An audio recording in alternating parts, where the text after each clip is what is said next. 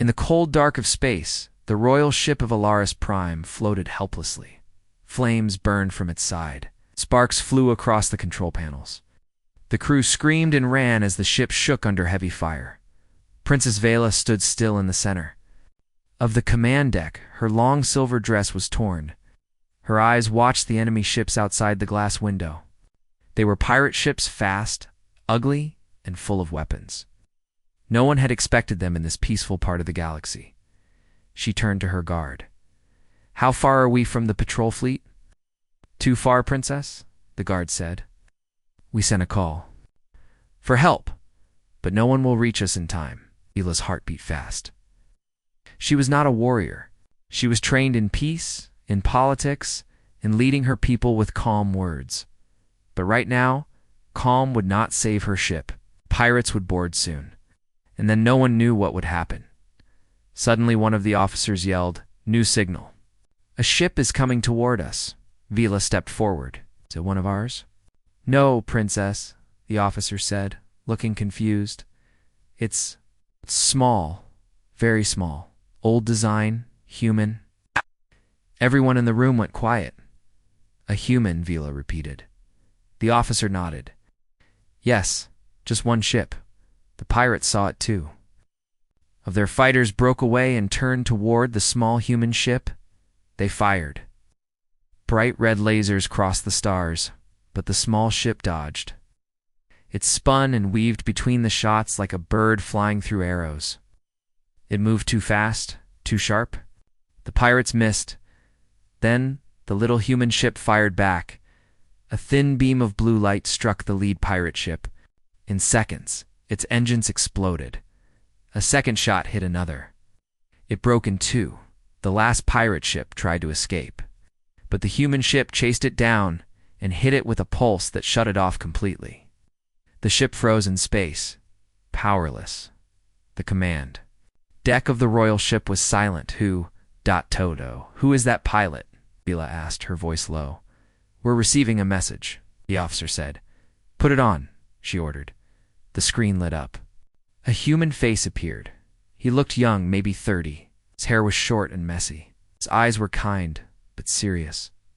Hello," he said. "I'm Tom. I was passing by when I picked up your distress call."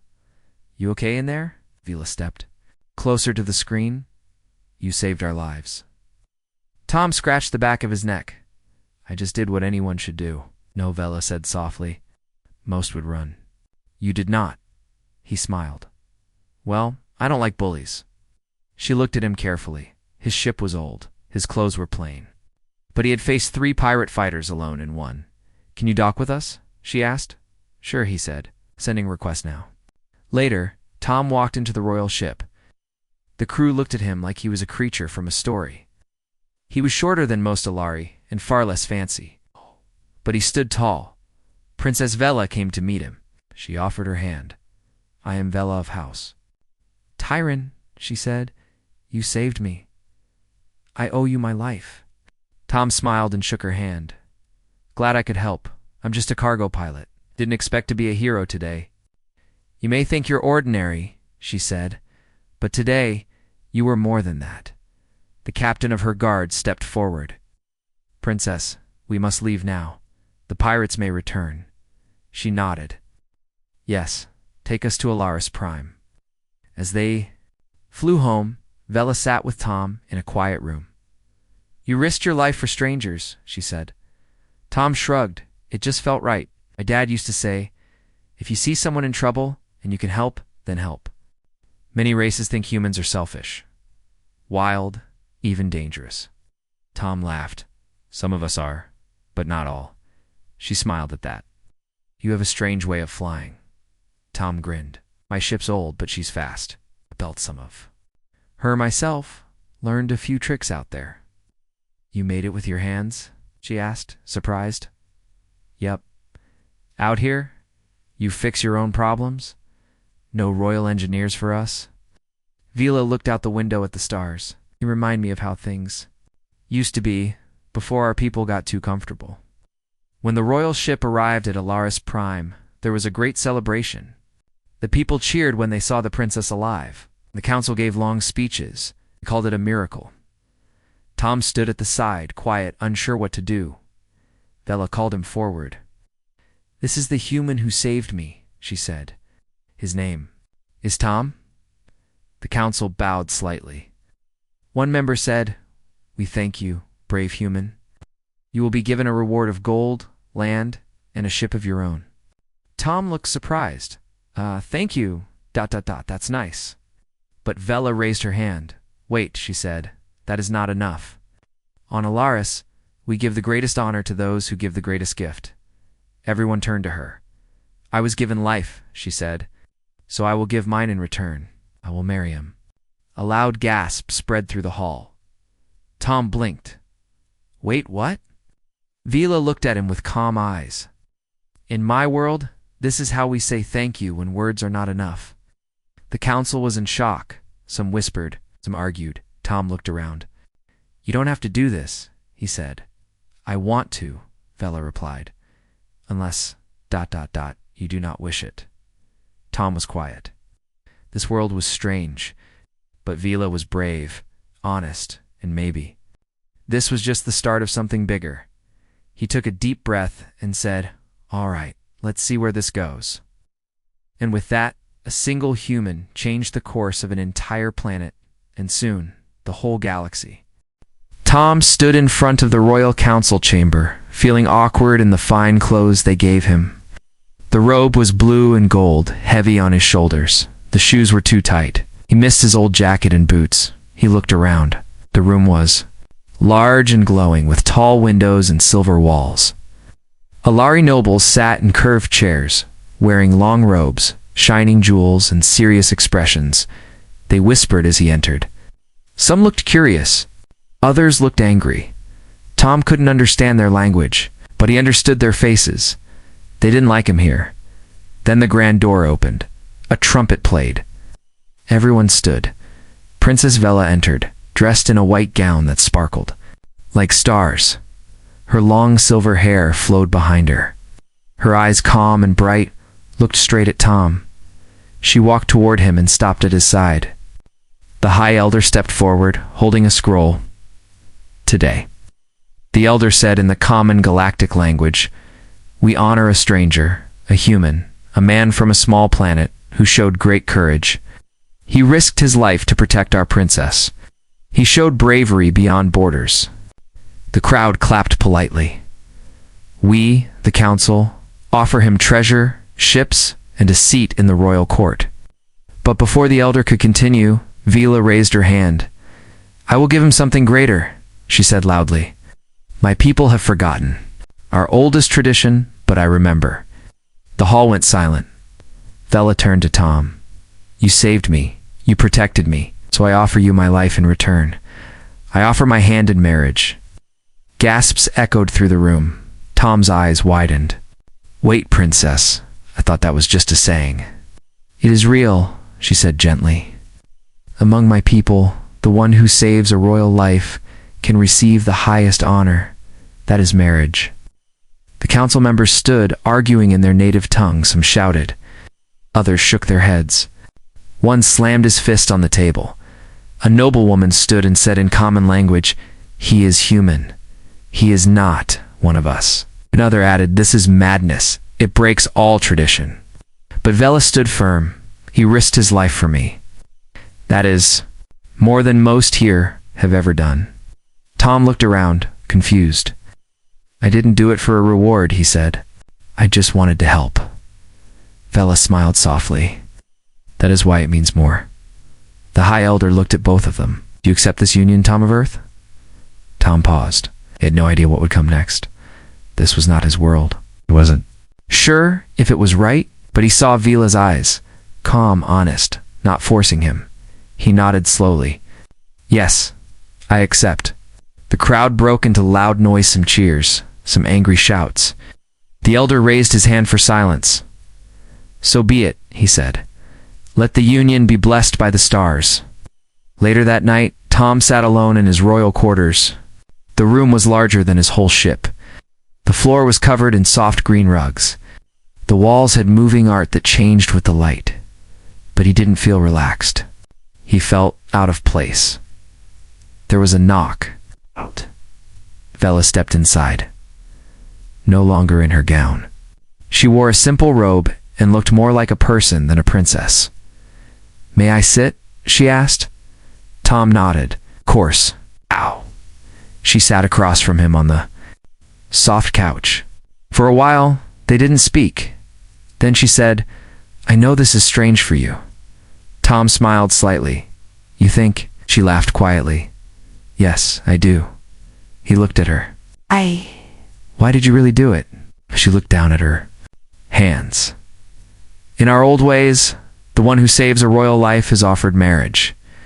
But I didn't have to follow that. I could have just said thank you. I could have given you gold. But I didn't." "Why not?" "Because when I looked at you," she said slowly, "I saw something we've lost. You acted not for gain, not for fame, just because it was right. That kind of heart is rare even among nobles." Tom leaned back. "Not a hero. You are to me." They sat in silence again. Stars outside blinked slowly. Tom asked, "So what happens now? Are we... husband and wife?" "In name, yes," she said. "But we do not have to rush anything. In Alari custom, royal marriages begin with understanding, not demand." Tom smiled. "That's a relief." Vela smiled back. "I want you to feel free here, Tom, not trapped. I want you to learn about our people. And I want to learn about yours."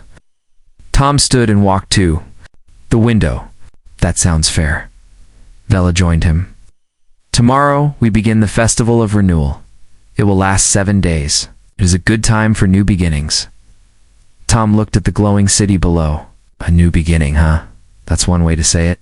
She laughed again. "We will surprise many. You already surprised me." The next morning, the whole capital city of Alaris Prime was filled with lights. Floating ships flew over towers, dropping ribbons of light. Music echoed through the air. Thousands of people wore bright clothes and danced in the streets. Tom stood beside Vela on a tall balcony, waving at the crowds. Some cheered, some were unsure. But all were watching. "Smile," Vela whispered. "They want to see that we are not afraid." Tom grinned nervously. "I'm not afraid, just ... Wildly confused, she laughed. Good confusion is a sign of change. As the day passed, they attended feasts, met scholars, and toured gardens that floated above lakes. Wherever they went, people stared. Vela held his hand gently in public. Tom noticed the effect it had. Some softened. Others grew more tense.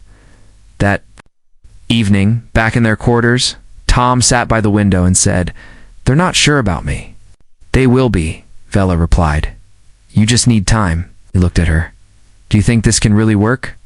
She nodded. "Yes. Not just for us, but for our people. A human and an Alari royal. It shows the galaxy that change is possible." Tom watched the stars. He thought of his quiet life before this. His small ship, his simple jobs, his lonely travels. Now, it was part of something much bigger, and somehow, it didn't feel wrong. It felt like the start of something no one expected. Tom stood on the white marble floor of the royal palace, feeling small. Around him were golden walls, glowing crystal lights, and paintings that moved slowly as if alive. Every step echoed in the wide halls. He had been on space stations, cargo, ships, even asteroid towns, but nothing like this. This place was quiet and perfect.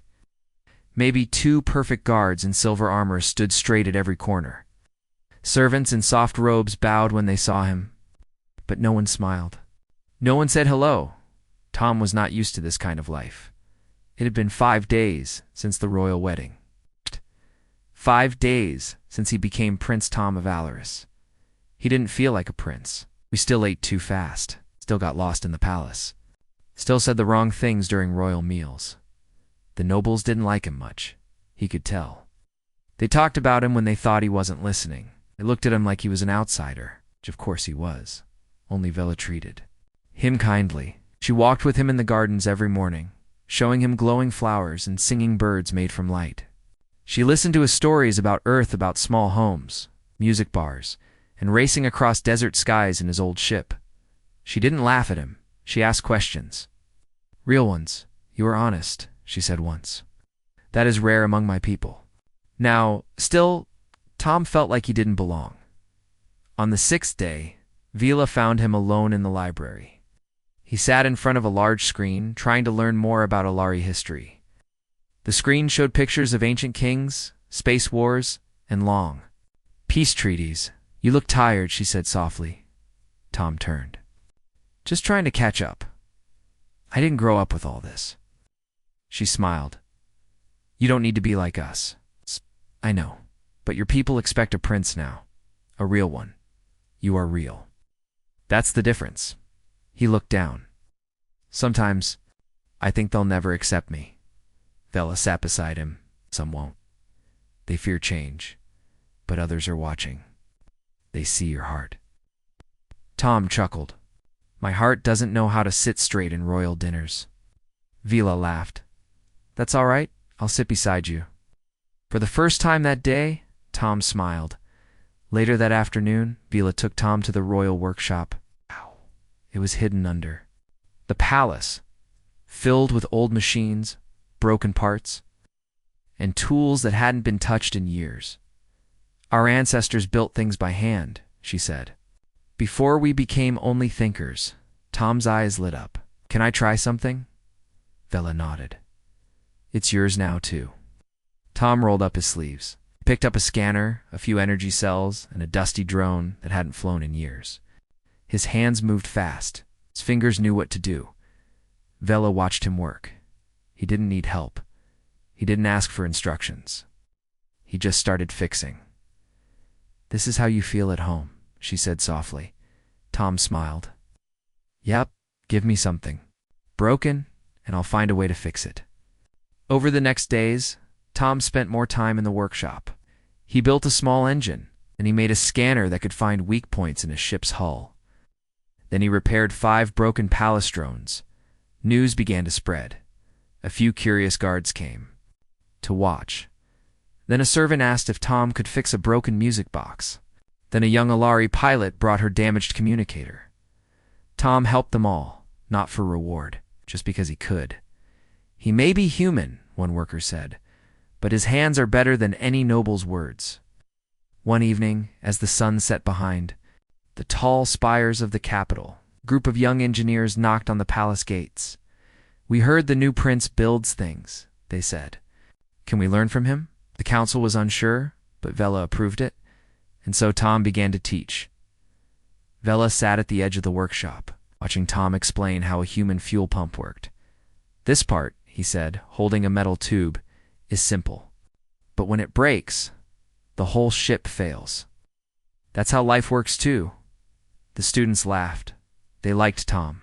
He spoke plainly. He didn't act better than anyone, and he always let them try things themselves. Later, Vila walked with him through the garden again.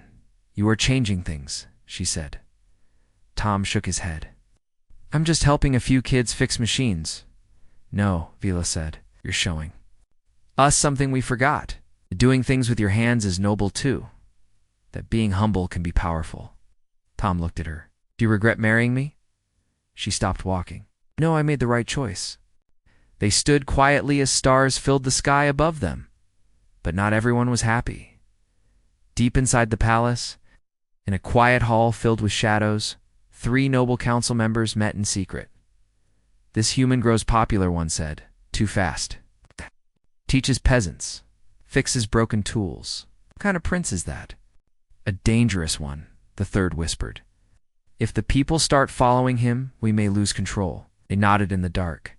Then it is time to remind him where he really belongs. The next day, Tom woke up to find a message waiting. On his screen, it was a warning. Leave the palace before it's too late. You are not safe here. He stared at it for a long time and deleted it. He didn't tell Vila. Not yet. But he knew something was coming.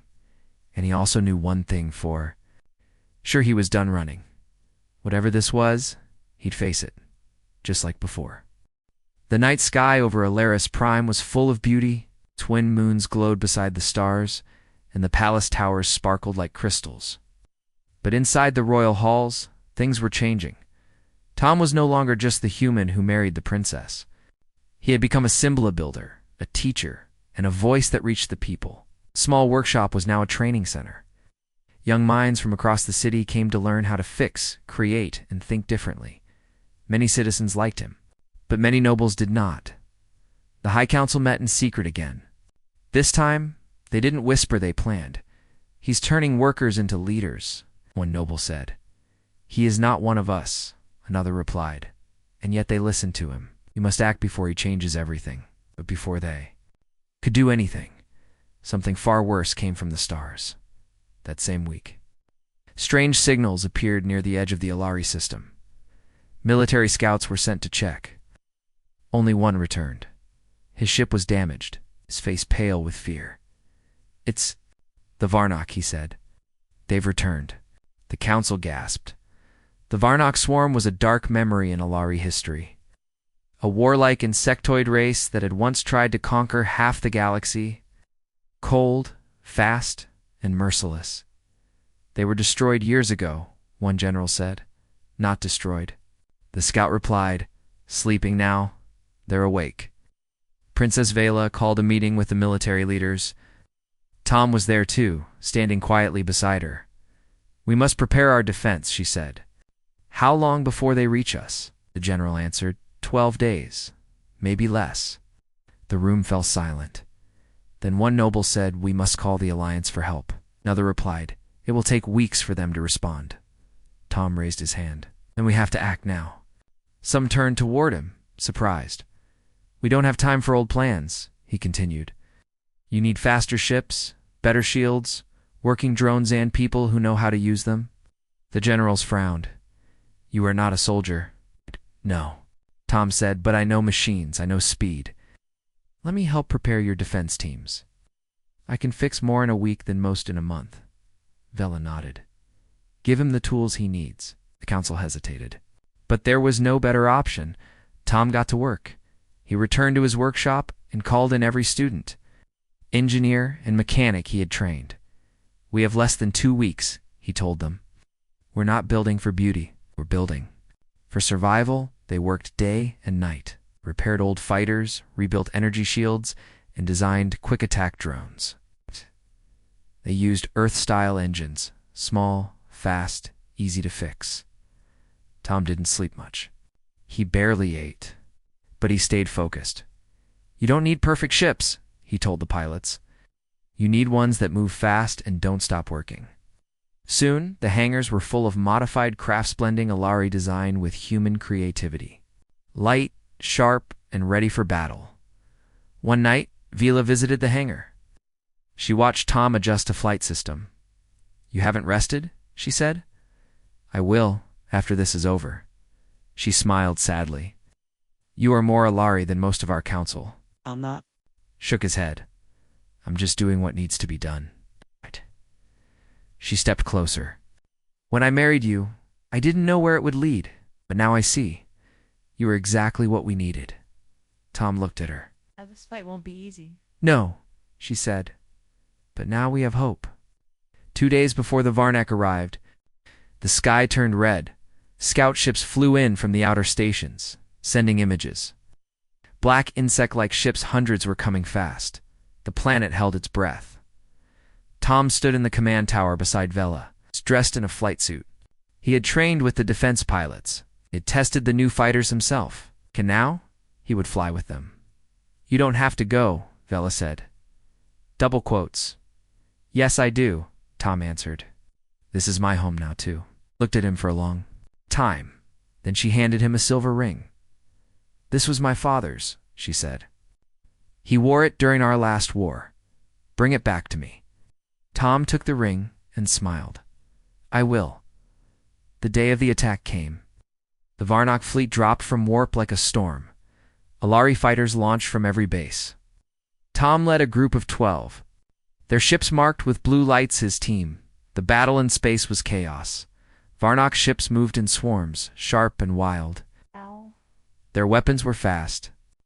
Their ships were hard to hit, But Tom's team was faster. They used quick turns, split formations, and trap systems designed in the workshop. When one Varnock ship chased a fighter, two more circled and struck from behind. Tom gave fast commands. Team 2, break left. Team 3, take the lower flank. Keep moving, don't let them corner you. The Varnock swarm began to lose shape. Their system worked in unity, but they weren't ready for human-style chaos. Tom's group hit their command ship with an overload pulse. It cracked open in a bright blue flash. Cheers came through the radio. We did it. But it wasn't over. A second wave appeared, larger, faster, stronger. Back to defense line. Tom shouted, "Don't let them reach the planet." The ground Vila led emergency command. She spoke to every base, moved citizens to safe zones, and kept the council calm. When one noble shouted, "We are doomed," she replied, "Then die with courage, not fear." The planet's surface lit up with defense towers, shield grids, and drones flying fast and low. Tom's team began targeting the large Varnock ships before they entered the atmosphere. His voice cracked on the comms. "We're running out of time." Then suddenly something changed. A third fleet appeared. But it wasn't Varno. It was Earth ships. Big ones, strong ones, heavy with weapons. A voice came through. "This is Captain Lin, of the Earth Defense Alliance. We received your call," Tom shouted. "You're right on time." Together, Alari and human ships fought side by side. Lasers crossed the sky. Explosions lit the dark. The Varnock ships broke formation, panicked, and fled. The battle was over. The stars were clear again. Tom landed his ship on the royal landing pad. Smoke rose from its engines. Scratches covered the sides. Vela ran toward him. She didn't wait for guards or speeches. She threw her arms around him. "You came back," she whispered. He smiled. "Told you I would." All across the planet, the people cheered. A human had not only married their princess, he had helped save their world. The morning after the battle, Alaris Prime looked like a new world. Smoke still rose from broken towers. Its cracks ran across city streets. But everywhere, people walked with hope. Children pointed to the sky where the enemy ships once flew. Flags waved from windows and rooftops. Soldiers, workers, and citizens hugged each other. The danger had passed, but the memory would remain forever. Inside the royal palace, the council met again. This time, the room was not cold. There was no shouting, no anger, only quiet respect. Tom stood at the front, wearing his flight uniform. His face was tired, his body sore, but his eyes were steady. Princess Vela stood beside him. A council member rose. "We doubted you, Tom of Earth, but now we see with new eyes. You not only saved our princess, you helped save our people." Tom nodded. "I didn't do it alone. It was your pilots, your workers, your people. It just needed a reason to believe." Another member stood. "You gave them that reason?" Then, for the first time, every council member bowed their heads in respect. Tom felt something shift. He was no longer a stranger in a golden palace. He was now a part of Alaris. Later that day, a celebration filled the capital city. Crowds gathered in the main square. Music filled the air. Drones flew overhead, showing images of the heroes on giant sky-dash screens. Tom and Vila rode together in a crystal ship that floated above the people. Flowers were thrown from balconies. Children waved flags with Earth and Alari symbols side by side. One boy shouted, "Long live the human prince!" Another called, "Thank you, Tom." Tom smiled and waved, feeling a warmth he had never known. Before Vela leaned close. "You've won their hearts." Tom chuckled. "Still not used to all this attention." She laughed. "Get used to it. You're part of our story now." In the evening, Tom returned to the workshop.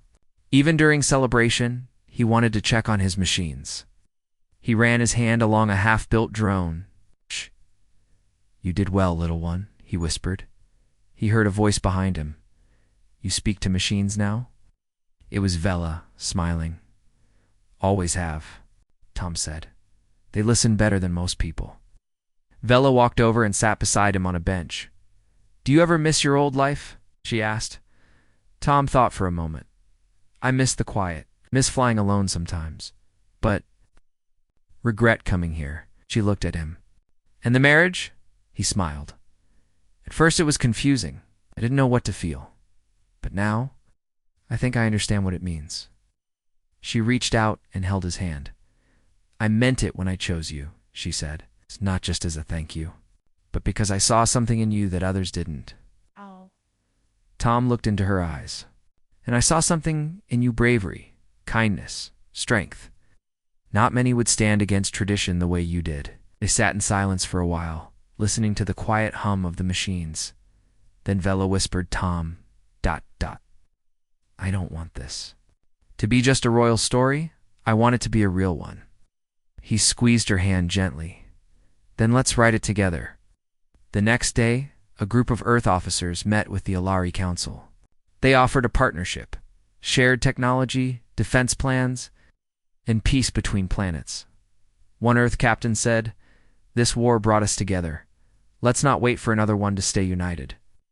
The Alari Council agreed. A new alliance was born, stronger than treaties, built on action and trust.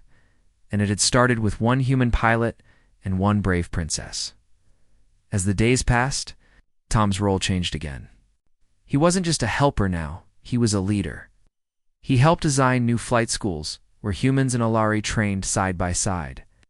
He worked with engineers to build better ships using both Earth and Alari tech. He didn't sit in royal meetings much. He preferred the hangars, the labs, the places where real work happened. Vela didn't mind. She led with grace in the palace, and Tom led with skill in the field. Together, they made a perfect team. People began calling them the two Lightsa, name that meant hope and balance.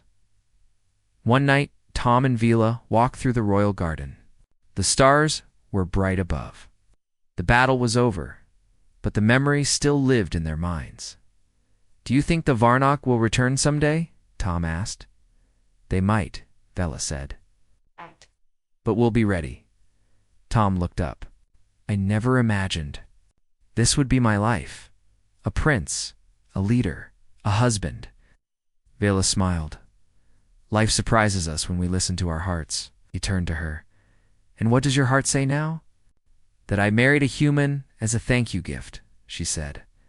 "But I stayed by his side because I loved him." Tom felt his chest warm. "Then let's keep surprising the galaxy." A few weeks later, they stood together at the opening of the new Galactic Training Academy. It was built on land once damaged in the war. Now, it shone with silver towers and blue lights. Inside, young recruits from Earth, Alaris, and other nearby planets prepared for a new future, dashed together. Tom gave the opening speech. "When I came here," he said, "I was just one man in an old ship, didn't know what to expect. But I found something better than gold, better than titles. I found a home." The crowd clapped. Vela stepped beside him. "This academy," she said, "will train not just warriors, but thinkers, builders, and leaders. All races, all worlds, together." As they held hands before the cheering crowd, it became clear this was not the end of their story. It was just the beginning. Tom stood on the balcony of the palace, watching the stars. The night sky above Alaris Prime was clear. The twin moons glowed softly, and the wind carried the sound of music from the city below. A festival had begun, a celebration of peace. It had been 1 month since the great battle. Below him, the people laughed and danced in the streets. Lights hung from every home. Food stalls filled the air with warm smells. Children wore costumes of heroes, and many wore flight helmets like Tom's. Some even painted fake scars on their faces to look like him. Tom smiled quietly. He never thought he'd be someone others would look up to. He never dreamed of being a prince, a leader, or a symbol. He had only followed his heart when he saved Princess Vela's ship. Somehow that choice had changed everything. He heard footsteps behind him. It was Vela. She wore a simple dress tonight, not her royal gown. Her long silver hair was tied back, and her face was peaceful, watching the stars again. She asked. Tom nodded. "They help me think. Do they make you miss Earth?" Sometimes, he said, but not like before, I think. I found something better here. Vela stepped beside him and looked at the sky. When I first offered you marriage, I didn't know where it would lead. I followed an old custom. I followed duty. Tom looked at her. And now, she said softly, I stay because I choose you, not because I owe you anything. Tom reached for her hand. That means more to me than anything in this galaxy. They stood silently, hand in hand. The next morning, the palace was quiet. Vela had meetings with trade leaders. Tom used the time to return to his workshop. The workshop had changed. It was now twice as large, filled with tools, parts, and half-built ships. But it still smelled like oil, and the floor was still messied, just the way Tom liked it. Inside, a young Alari named Doro waited. He was one of Tom's first students.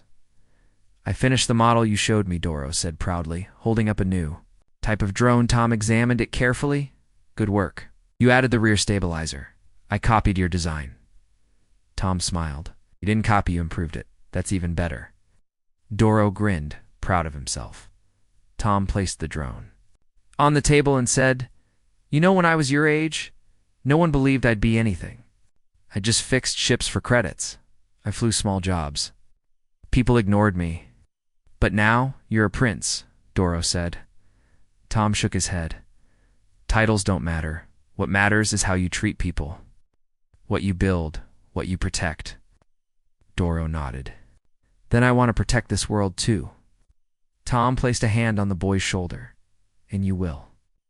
Later that day, Vela joined Tom for a quiet meal on the palace roof.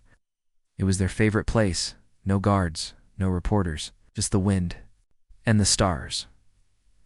I spoke to the Earth ambassador today, Vela said. They want to open a shared science center here. That's a good idea, Tom replied.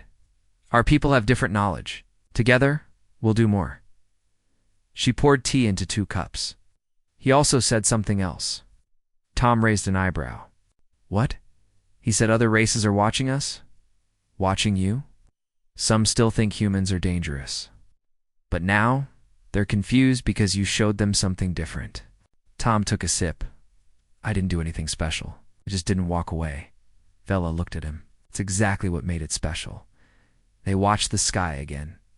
A few Earth ships flew above the city, their lights blinking. Larry, ships flew beside them. Peace had become real.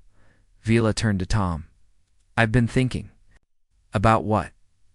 Our marriage started with duty, then it became friendship, then partnership. But maybe now it should be something more. Tom looked at her, his heart suddenly beating faster. Or she nodded. A real marriage, not for tradition, not for the people, just for us. Tom didn't speak right away. He stood, walked to the edge of the roof, and looked out. I used to believe I didn't belong anywhere, he said. Not on Earth, not in the stars. I was just passing through, he turned to her. But now, I belong here, with you. Vela stood and smiled. Then let's begin again. Tom reached into his pocket and pulled out a small silver band. Ring Vela had given him before the battle. I kept this safe, he said, not just because it was your father's, but because it reminded me of what I was fighting for. He slipped it onto her finger. Vela of Alaris, he said, I choose you now, not as a gift, not as a reward, but as my partner, my heart, and my future. She placed her hand over his. Tom of Earth, I choose you too. Above them, the stars seemed to shine brighter. The next day, a small ceremony was held in the garden.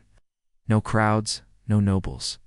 Just close friends, engineers, and a few guards who had become like family. Tom and Vela stood in front of a glowing tree.